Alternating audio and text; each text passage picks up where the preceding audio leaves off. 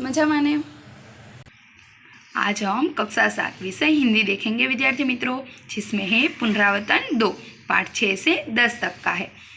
प्रश्न 1, निम्नलिखित वाक्यों में योग्य विराम चिन्ह का उपयोग कर वाक्यों फिर से लिखिए।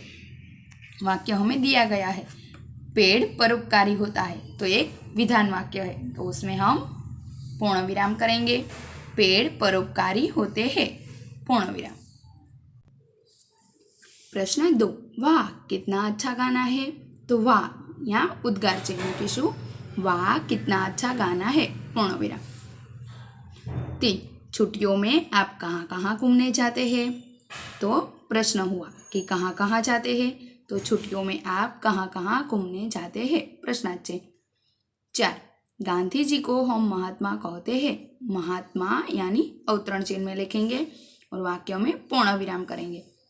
गांधी जी को हम महात्मा कहते हैं। वह पढ़ने में अच्छा है, खेलकूद में भी अव्वल है, तो वाक्य 2 हुआ है, यानी अल्प विराम करेंगे। वह पढ़ने में अच्छा है, अल्प विराम, खेलकूद में भी अव्वल है, तो यहाँ हम पूर्ण विराम करेंगे। जय जवान जय किसान लाल बहादुर शास्त्री जी ने कहा था, तो वाक्य लिखेंगे जय जवान जय किसान लाल बहादुर शास्त्री जी ने कहा था, पूर्ण विराम। प्रश्न 7, दशरथ राजा के 4 पुत्र थे, राम, लक्ष्मण, भरत और शत्रुघ्न, तो वाक्य फिर से लिखना है हमें। दशरथ राजा के 4 पुत्र थे, उसी अल्प विराम करते जाएंगे। राम, लक्ष्मण, भरत और शत्रुघ्न। 8, आशीष दिन रात मेहनत करता है, तो दिन रात 2 शब्द में हम डेश करेंगे। आशीष दिन रात मेहनत करता है, पूर्ण विराम। प्रश्न 2 है, निम्नलिखित शब्दों को उचित क्रम में रखकर अपूर्ण वाक्य बनाएं। यहाँ शब्द आगे पीछे है, यहाँ हमें कर्ता, कर्म और क्रियापद वाक्य बनाकर वाक्य फिर से लिखना है। तो हे का गुजरात पावागढ़ गौरव, तो यहाँ का वाक्य बनेगा पावागढ़ गुजरात का गौरव है। दूसरा, उपयोगी पेड़ में मानव जीवन है, तो वाक्य बनता है मानव जीवन में पेड़ उपयोगी है। 3, चाहिए समय हमें खेलते रहना सावधान, तो खेलते समय हमें सावधान रहना चाहिए। 4, संगति की लोगों हमें चाहिए सज्जन करनी, तो हमें सज्जन लोगों की संगति करनी चाहिए। प्रश्न 5, अच्छी अपनी हमेशा बात योग्य चीज वस्तु है जगह रखना, तो वाक्य बनता है हमेशा अपनी चीज वस्तुएं योग्य जगह रखना अच्छी बात है। प्रश्न 3, निम्नलिखित परिच्छेद का मातृभाषा में अनुवाद कीजिए। सारी स्थिति स्पष्ट थी। प्रजापति ने कहा देवता ही श्रेष्ठ है, जानते हो क्यों? इसलिए कि उन्होंने सहकार की भावना से काम किया है। खुद भी खाओ और दूसरों को भी खिलाओ, जीवो और जीने दो, वह भी इनकी विशेषता है। उन्होंने बुद्धि से काम किया, सूझबूझ दिखाई, वे आमने सामने बैठ गए, एक दूसरे के मुंह में लड्डू देते रहे, थोड़ी देर में थाल साफ कर दिया। तो विद्यार्थी मित्रों, આપણે જોઈએ તેનું માતૃભાષા એટલે કે ગુજરાતીમાં अनुवाद। સમગ્ર પરિસ્થિતિ સ્પષ્ટ હતી। પ્રજાપતિએ કહ્યું કે દેવતાઓ જ શ્રેષ્ઠ છે, જાણો છો કેમ? એટલા માટે કે તેમણે સહકારની ભાવનાથી કામ કર્યું છે। પોતે પણ ખાવો અને બીજાને પણ ખવડાવો, જીવો અને જીવવા દો, તે હતી એમની વિશેષતા। એમણે બુદ્ધિથી કામ લીધું, સમજદારી બતાવી। તેઓ સામસામે બેસી ગયા અને એકબીજાના મુખમાં લાડુ મૂકતા રહ્યા। થોડી જ વારમાં થાળ તો ખાલી જ કરી નાખ્યો। હવે આપણે જોઈએ કે प्रश्न 4, निम्नलिखित अपूर्ण कहानी को अपने शब्दों में लिखित रूप में पूर्ण कीजिए। रामपुर नामक एक गांव था। उस गांव में एक भोलू नाम का एक लड़का रहता था। वह पढ़ाई करता था। एक दिन वह पाठशाला जा रहा था। रास्ते में उसे रेल की पटरियों को पार करना पड़ता था। उसने देखा कि रेल की पटरी की जगह एक उखड़ी हुई है। भोलू ने सोचा कि इससे तो बड़ी दुर्घटना हो सकती है। उसी समय रेलगाड़ी दूर से आ रही थी। भोलू ने उसे देखा। संजोग से भोलू ने उस दिन लाल कमीज पहनी हुई थी।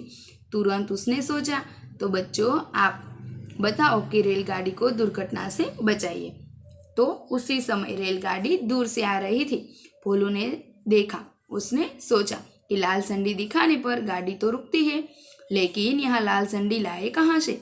संजोग से उस समय भोलू ने उसी दिन लाल कमीज पहनी हुई थी। उसे एकाएक ख्याल आया कि उसकी कमीज भी लाल है। भोलू ने तुरंत ही अपनी कमीज निकालकर संडी की तरह गाड़ी की ओर लहराई। लाल संडी देखते ही ड्राइवर ने गाड़ी रोक दी और भोलू ने सारी बात ड्राइवर को बता दी। एक बड़ी दुर्घटना होते होते रह गई।